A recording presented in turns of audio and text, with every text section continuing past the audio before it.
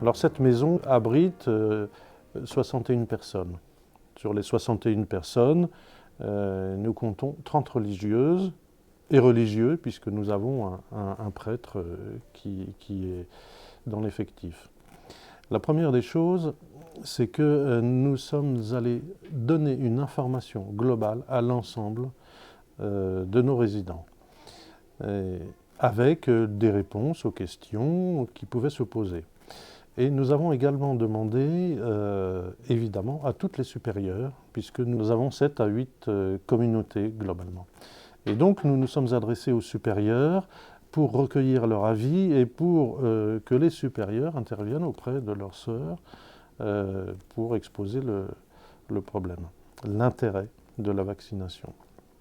Ensuite, dans la procédure, nous avons aussi des salariés à faire vacciner. Et dans la procédure, ce qui est très important, c'est que la vaccination n'est pas obligatoire pour ce qui me concerne et pour ce qui concerne l'équipe de direction à Notre-Dame-de-Joie. Nous considérons que le vaccin est la meilleure défense et la meilleure réponse à cette affreuse pandémie. Dans cette maison, depuis le début, nous n'avons eu quasiment aucun cas, parce que nous avons mis en place des mesures de protection draconiennes. Nous avons eu tout au début une personne qui a été atteinte de la Covid, qui a été immédiatement hospitalisée. Et depuis un an, nous n'avons aucun cas, aucun cas. Alors, effectivement, ce vaccin n'est pas obligatoire, c'est un fondamental. Et c'est ce qu'a dit le gouvernement. Ça vaut pour les résidents, ça vaut pour les salariés. Et donc, à partir du moment où ce n'est pas obligatoire, il faut convaincre. Nous avons réussi, entre guillemets, à convaincre 58 résidents sur nos 61 personnes. Certaines ont été spontanément d'accord, et puis dans les 3 réticentes, il n'en existe une qui n'est pas en mesure de donner son avis, donc on n'a pas forcé, et puis 2 autres qui restent campés sur des positions de principe, donc nous n'insistons pas. Néanmoins, la première chose pour que les personnes puissent donner leur avis éclairé, c'est de consulter le médecin. Alors le médecin ne va pas dire « je suis d'accord, je ne suis pas d'accord », il va dire « madame, ma sœur, écoutez, vous n'avez pas de contre-indication pathologique à une vaccination du Covid. » Bon.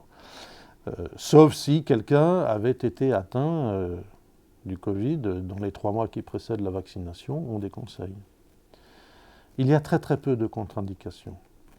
Donc nous avons 58 personnes sur 61 qui se fait vacciner. J'en suis très heureux, très très heureux, parce que pour moi, c'est véritablement le seul moyen de se débarrasser de ce Covid, de se protéger. Mon intime conviction, faites-vous vacciner. Vous ne risquez rien. Quand on dit on n'a pas de recul, mais si, on a du recul. On a du recul à travers le monde. C'est aujourd'hui que nous nous faisons tous vacciner, et moi y compris naturellement, d'abord par conviction, et puis deuxièmement parce que je pense devoir montrer l'exemple. Mais je n'ai pas besoin de cet argument. Et tout se passe, je vais le dire, dans la joie et la bonne humeur. Voilà.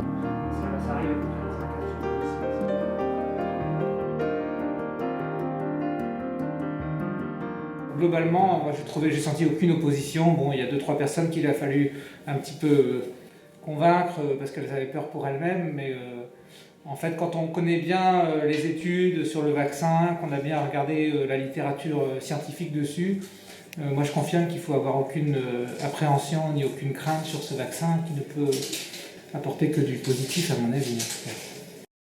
Oui, les études sont très claires, hein. Il y a des effets indésirables bénins qui peuvent survenir dans les 2 jours qui suivent. Ça peut être une petite douleur pour l'injection, ça peut être parfois un peu de fièvre ou de courbature, mais ça dure au maximum 48 heures. Il suffit de prendre un peu de Doliprane et ça passe sans problème. Et en plus, c'est quelque chose qui survient beaucoup moins chez les personnes très âgées en fait. Voilà, mais franchement, Il n'y a pas d'appréhension à avoir sur ce vaccin.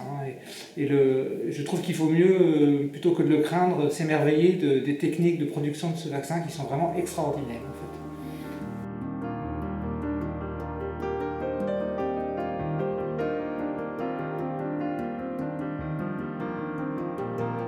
Je suis supérieure générale de la congrégation des Sœurs du Bon Secours de Chartres.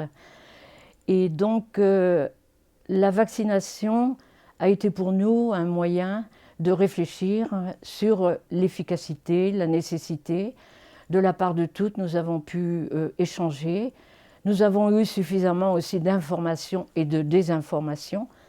Donc, il était toujours difficile de revenir et de pouvoir se dire, bon, essayons de discerner ensemble. Voilà, si la vaccination, il faut vraiment aller dans ce sens. Nous sommes une grande partie des sœurs infirmières.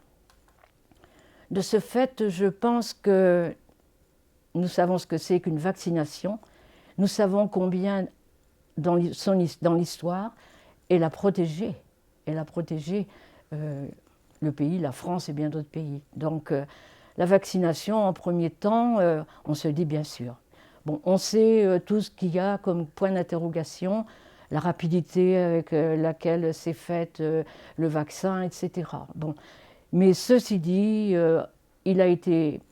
nous avons à l'unanimité dit nous allons nous faire vacciner. Ça nous paraît évident, compte tenu surtout de la gravité de la maladie. Quand on réalise les pourcentages de décès, de séquelles qu'on connaît moins et qui pourtant existent et sont graves, il nous apparaît infime les inconvénients qu'il puisse y avoir avec le vaccin.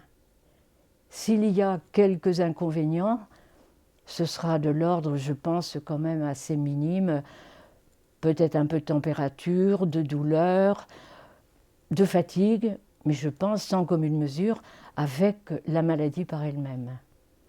Ça, c'est un point, c'est le point de la santé, mais nous avons pris conscience aussi tout de suite que le vaccin, c'est quand même un acte solidaire. Il s'agit de nous protéger, mais il s'agit de protéger le pays, de protéger les siens et de nous protéger mutuellement. La solidarité me paraît être un aspect aussi très important de la vaccination. Alors j'ai personnellement un peu de difficulté à comprendre qu'on puisse hésiter à se faire vacciner, d'autant plus si on était dans le monde de la santé.